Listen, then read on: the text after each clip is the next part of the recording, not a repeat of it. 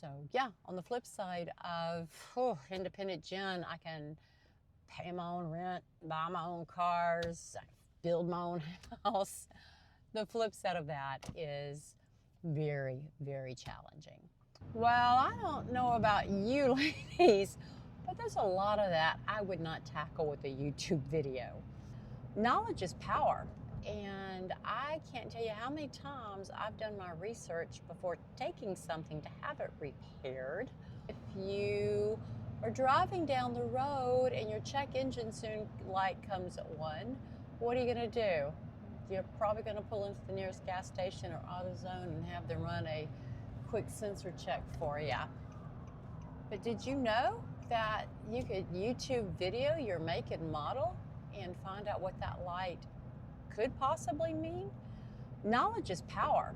And I can't tell you how many times I've done my research before taking something to have it repaired, looking at the issue, so that I make sure that as a woman, without walking in there with a man, I'm not about to be little ladied or taken advantage of. Nothing bothers me more than being little ladied. Story, I was buying a hot water tank to install in my cabin myself when I was building my cabin. Videos will be linked below. And I went to the local box store to get said hot water tank. Talked with the salesman, told him exactly what I was looking for. And he asked who was going to install it for me. And I said, well, I'm going to install it myself. My dad, blind old man and a woman is what he used to call us. He would walk me through anything that needed to be done, from the septic system to wiring up my hot water tank, wiring my own house and my own main power to my breaker box. Yes, Dad was better than any YouTube video and much more entertaining. But back to the sales guy at Lowe's. So he's seeing an opportunity. He goes, well, I got a cousin, little lady. You don't want to have to tackle that yourself. Almost said you might break a nail. You might get dirty. I don't know. I bought my hot water tank. I went back to the house. I installed it. And I will never be little ladied without calling somebody out again. Something else I despise, I have gone to buy a car or to buy another major purchase. I'm the shopper. I'm the one that's got the cash, literally, in my pocket to make this major purchase.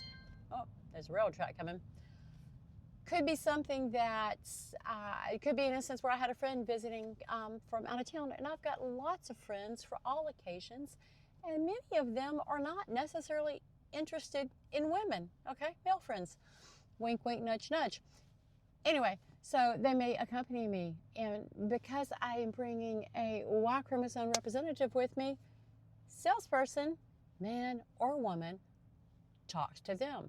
So yeah, it's very irritating when you're the main individual in a purchase, and because you're not a man, the conversation is directed toward the man in your party. Humorous, but irritating. Reverse of that is, I've had to learn to not be a bull in a china cabinet and to let my man be the man. When I first started dating him, when we first reunited, a very good friend of mine, husband of one of my best friends at the time, basically told me to take off. Yeah, I said it. And those were his exact words. I asked him exactly what the heck does that mean. He says, you have to stop being so capable.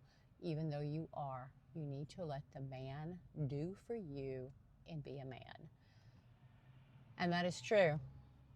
I'm not a very biblical person, but there is it a tenement of marriage to be wives to be subservient to the husband?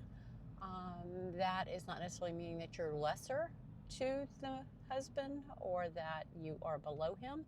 It just means you are to defer. I don't 100% follow that. I like to think it's more in a partnership, but at the end of the day, if I'm waffling, if I'm not 100% fiercely married to what my opinion is or the direction I feel we should go, I do defer to him. I respect my partner, my husband, my best friend. Um, so yeah, on the flip side of independent Jen, I can pay my own rent, buy my own cars, build my own house. The flip side of that is very, very challenging in repairs. So you don't have to spend hundreds of dollars to call somebody to fix a running toilet. We're not going to be afraid of this anymore. We're going to YouTube video it. You're going to build some confident muscles. You can even reach out to me and I will give you a list of tools. I will give you a list of basic repairs, what you need to do those, and I'll build some playlists out for us all to be able to rely on. Build your own playlist. Go to your own library. Search on your own make, models, and problems and build that stuff out for yourselves. Okay, we got this. We can repair anything. We are women. Here's for